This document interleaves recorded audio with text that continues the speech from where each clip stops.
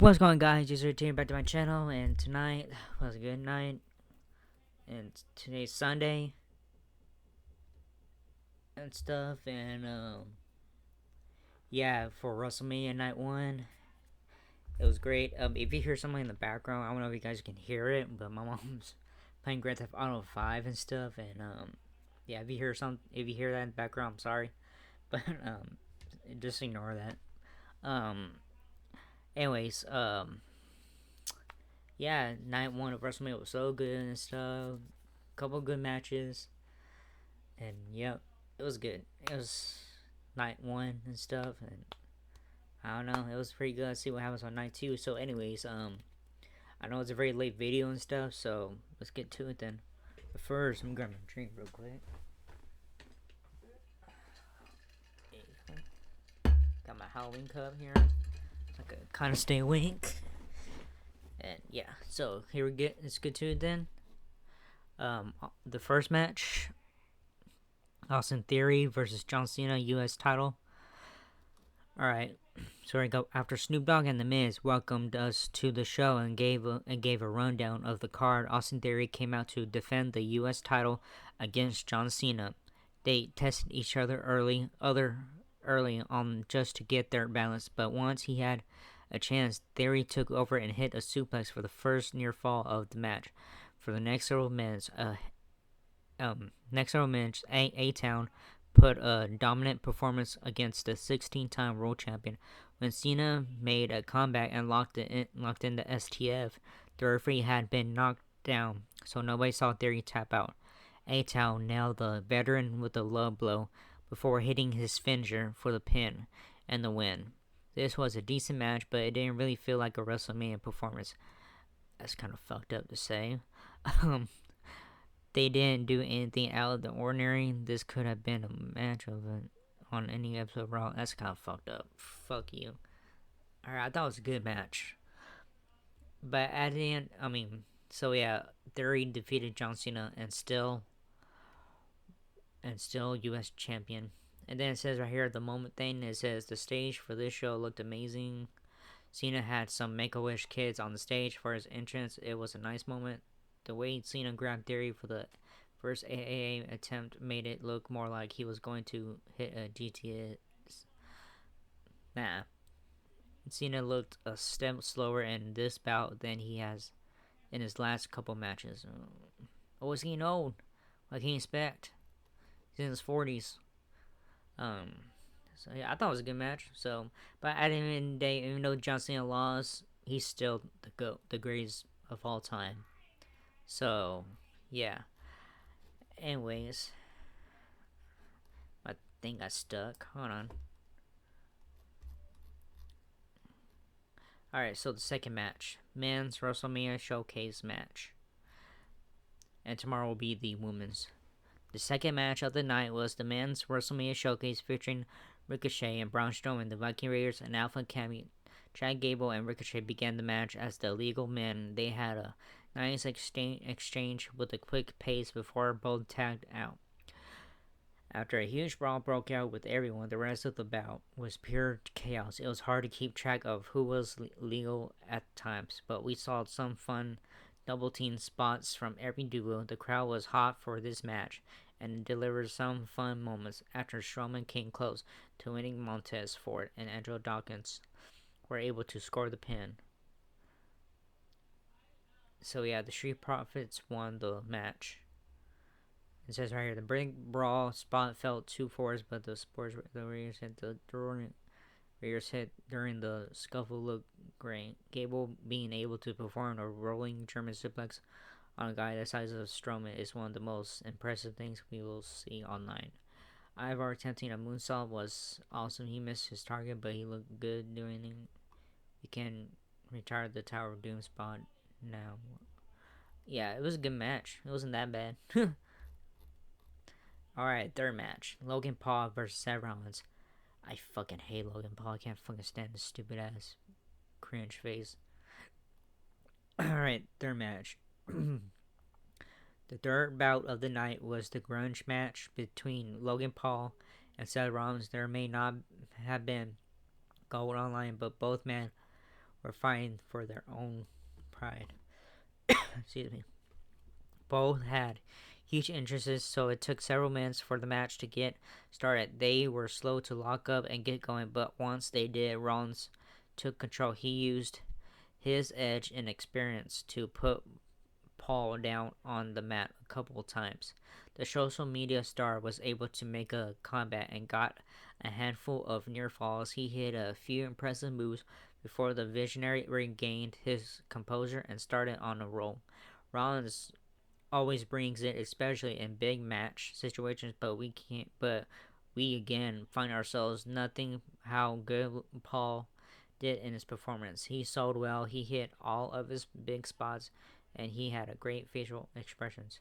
KSI revealed himself to be in the prime costume when he pulled Paul out of the ring to save him from a stomp. Rollins pulled KSI into the path of a dive from the Maverick before he hit the pedigree to get a 2 count.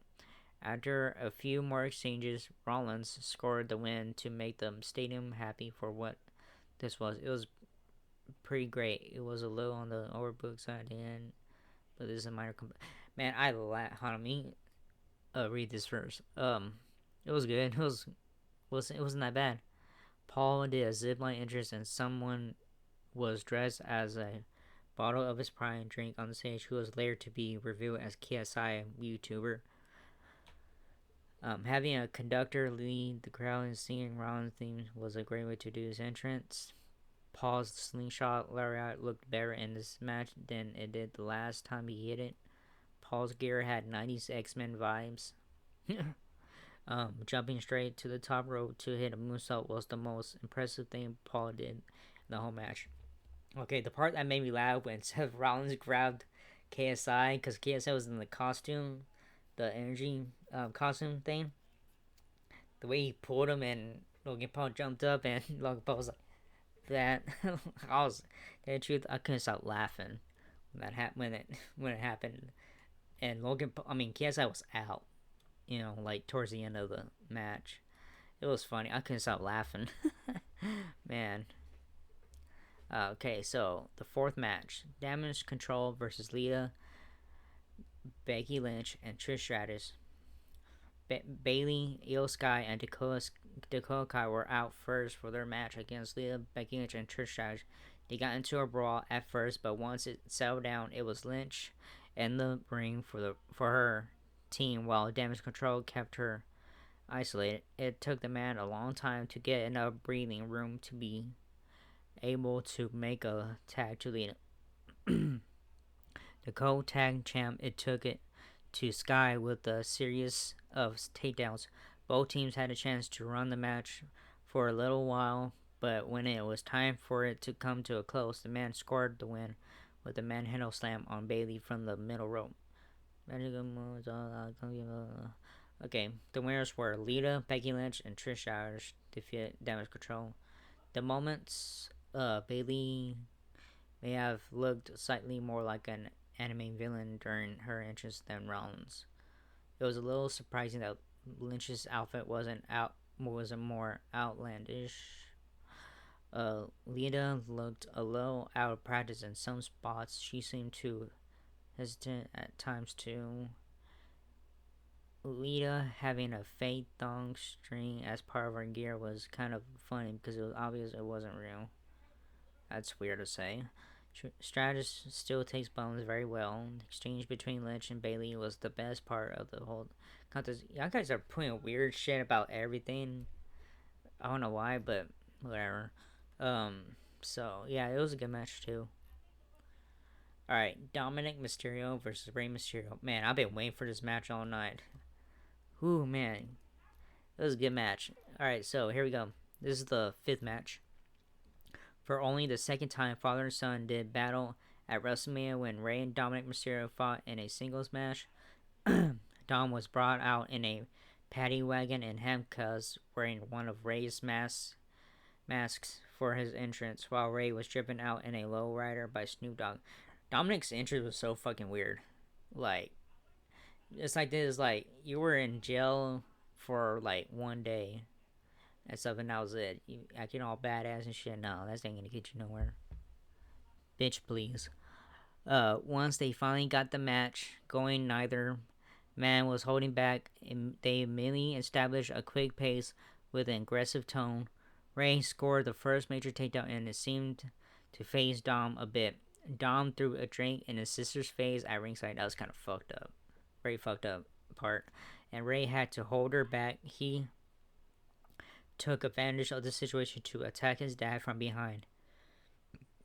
Damon Priest and Finn Balor, Damon Priest and Finn Balor showed up at ringside as Dom began to take control. They interfered to help Dom with some distractions, but Legado del Fantasma ran to the ring to take care of the Judgment Day.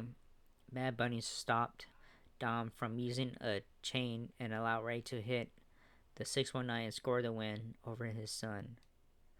Man, yeah. Moments Bad Bunny was the Spanish commentary team for this match. The video that tried to make Dom look like a hardened criminal was hilarious. It was hilarious. It was fucking stupid. There was a mascot for Cinnamon Toast Crunch at ringside for Ray's entrance. At least they didn't name the match after the cereal. Ray taking off his belt to spank his son was very funny. We knew that was gonna happen. We fucking knew that was gonna happen. I knew that was. Everybody knew it. He was gonna spank his son with the belt. The way Ray hit the bottom rope when Dom countered a hardcore looked nasty. Yeah, it kind of did. Yeah, but the bell part was funny. So he spanked Dom. Yeah, it was funny. So yeah. All right, the sixth match: Charlotte Flair versus Rhea Ripley, SmackDown Women's Championship. This was a good match too.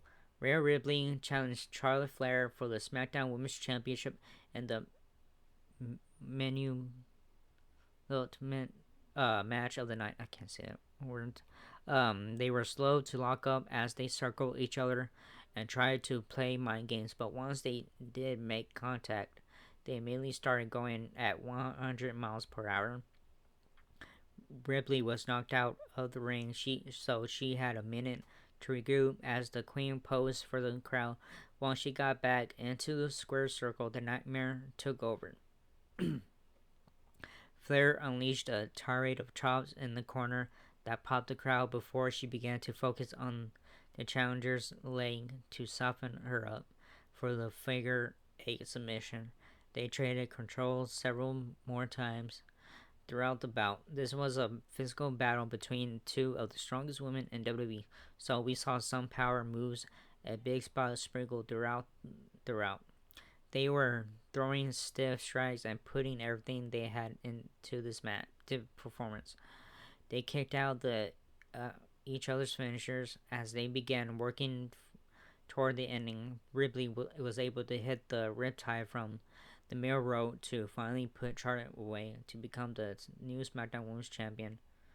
Rematch moments.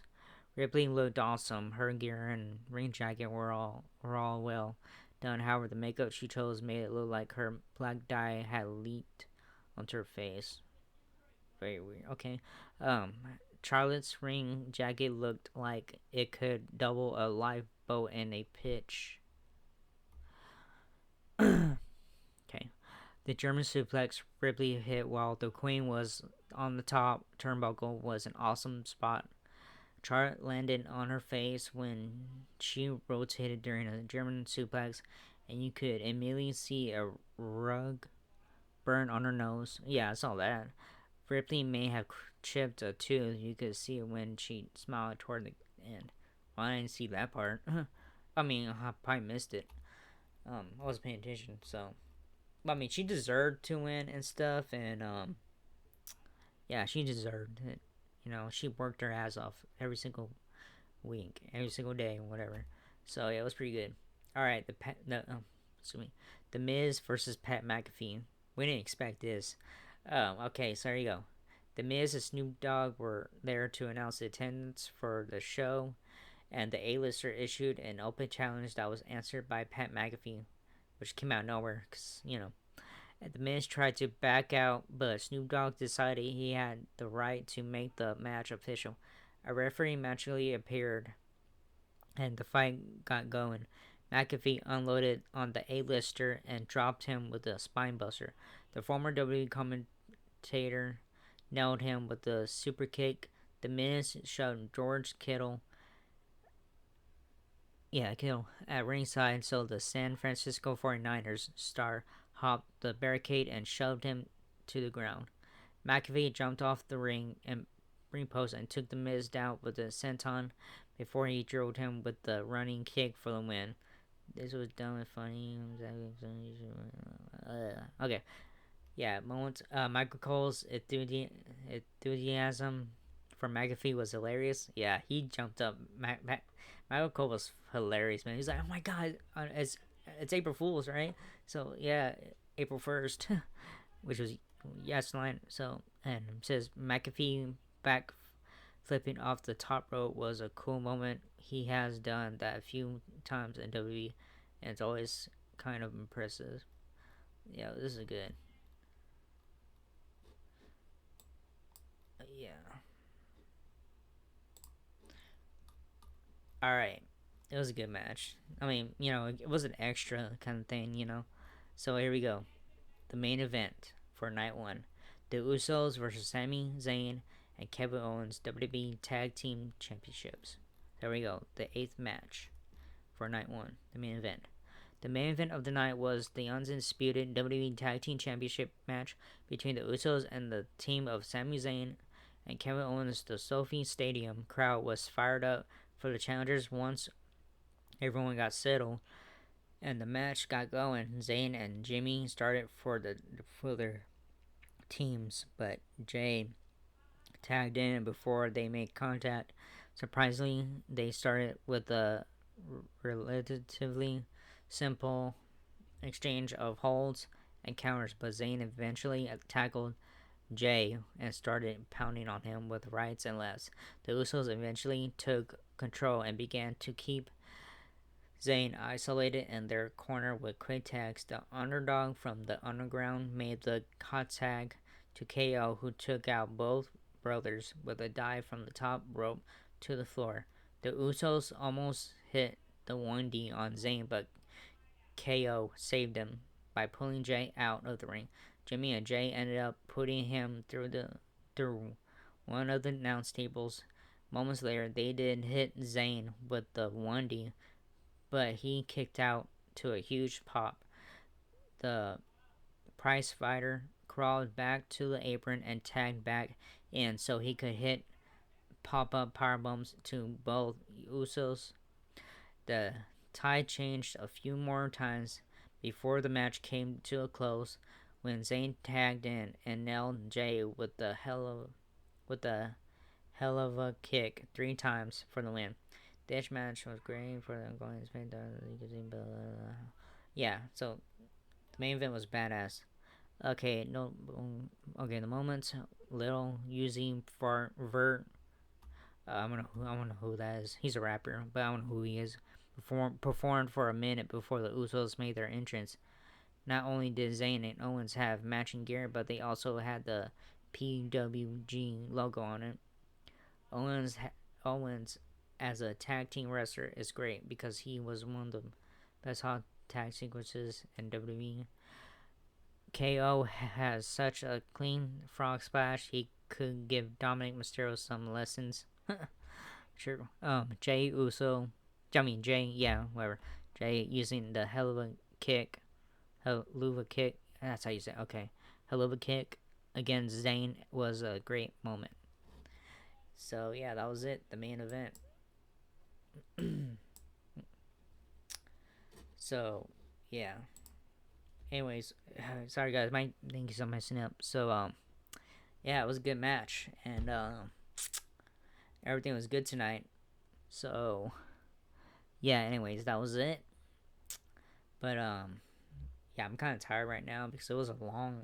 It finished at 11:02 because it was showing the highlights for night one and stuff. So, yeah. Anyways, that was it. All right. So I hope you guys have a good night or good morning wherever y'all from. Yeah. Anyways, that was it, and I see you all in the next video. Laters.